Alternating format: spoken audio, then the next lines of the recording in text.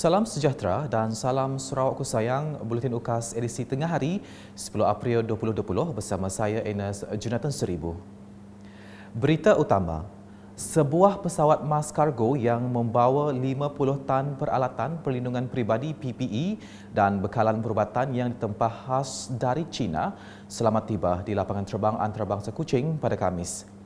Menteri Pelancongan, Kesenian dan Kebudayaan Sarawak, Dato' Abdul Karim Rahman Hamzah yang mewakili Jawatankuasa Pengurusan Bencana Negeri Sarawak JPBNS berkata, kesemua PPE dan bekalan perubatan itu akan diagihkan kepada semua hospital di negeri ini dan petugas barisan hadapan dalam memerangi wabak COVID-19.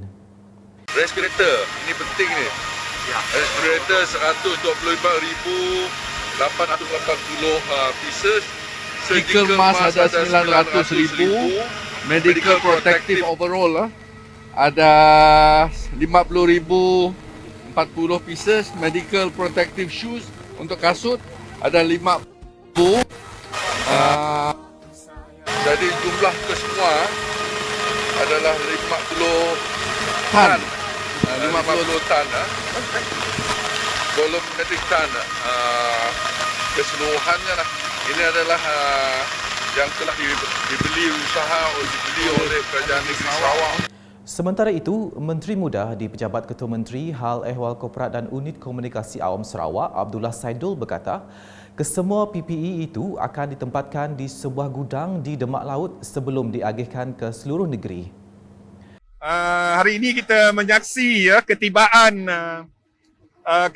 kargo daripada China, mas yang CM telah umumkan awal dulu yang akan diagih secara percuma kepada hampir 500,000 throughout Sarawak. Berikut merupakan antara PPE yang ditempah khas oleh Kerajaan Sarawak.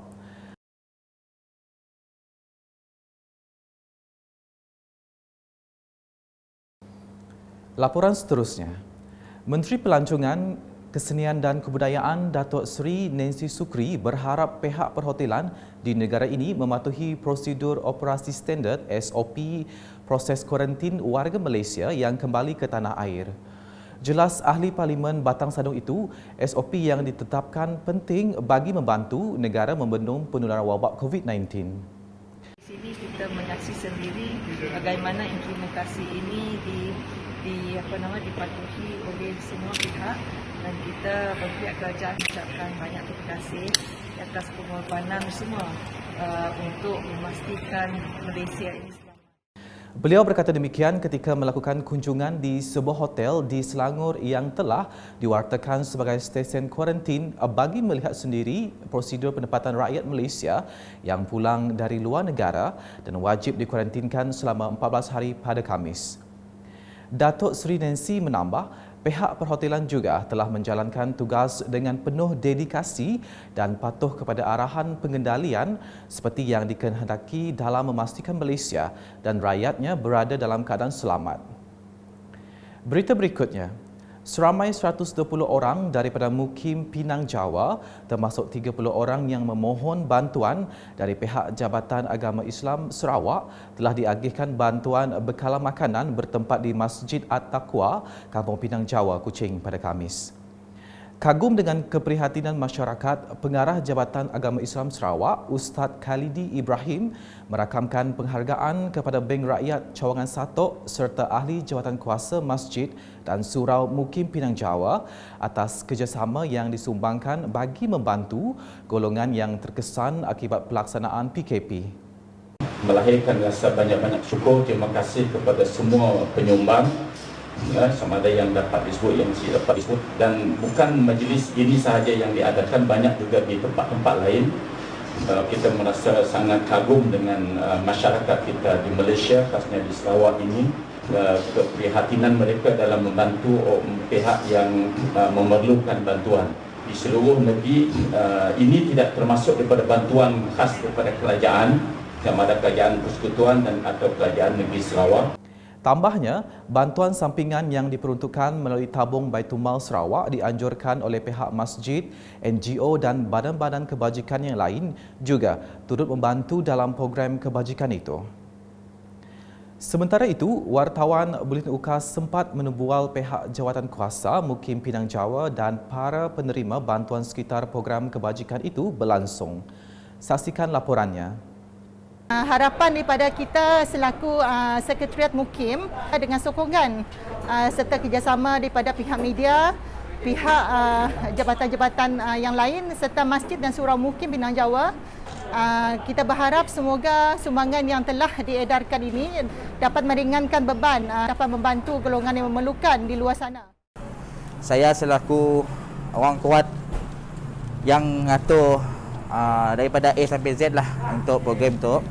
Alhamdulillah, saya memang rasa puas hati dan rasa bersyukur gila kepada Allah SWT sebab memberi kami orang untuk kekuatan untuk kami orang teruskan program tu. Masing-masing ada menyumbang sedikit sebanyak wang ringgit, tenaga untuk kami orang jayakan program sumbangan hari tu. InsyaAllah, sekiranya ada sumbangan yang lebih, kita akan buat lagi pada masa akan datang. Saya mewakili teman-teman dan yang layak menerima ini. Terima kasih kepada pihak JAIS dan pihak-pihah bantuan yang telah memberikan sumbangan. Barang-barang yang mereka berikan kepada saya ialah beras 10 kilo, telur 1 tray yang 30 biji itu dan makanan keperluan asas seperti kicap, mi, gula, tepung dan lain-lain. Mewakili jemaah saya, jemaah surau, kerana sering datang ke rumah nanya bantuan lah. Jadi saya mohon dengan pihak Jabatan Agama Islam, alhamdulillah hari itu nyampai dengan kami 20 orang lah, untuk 20 orang, saya mewakili 20 orang. Menerima bantuan dari Sidak Group to USK, kami berterima kasih. Semoga virus corona tu cepat berakhir dan umat-umat Islam dapat berkumpul seperti biasa. Semua tu kami sangat-sangat membantu orang yang seperti kami.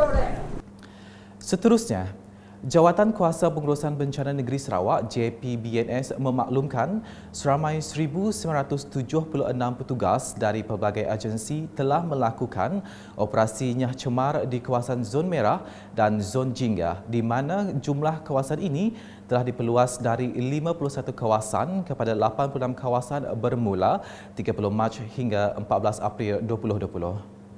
Dalam kenyataan medianya pada Khamis, JPBNS telah memperluaskan operasi nyah cemar ke kawasan perumahan dengan kerjasama Kementerian Perumahan dan Kerajaan Tempatan dengan kerjasama Housing Development Corporation.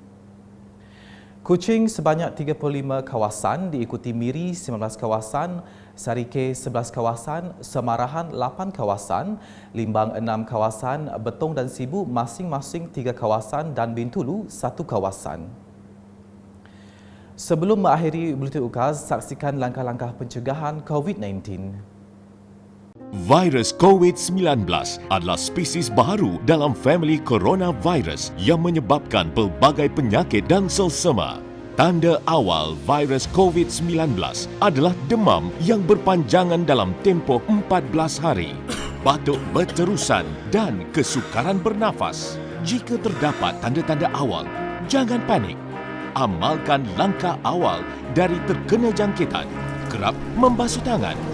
Jangan sentuh mulut, hidung dan mata ketika tangan kotor. Elak berdekatan dengan pesakit. Hindari ke tempat awam ketika tidak sihat. Tutup mulut dan hidung ketika bersin.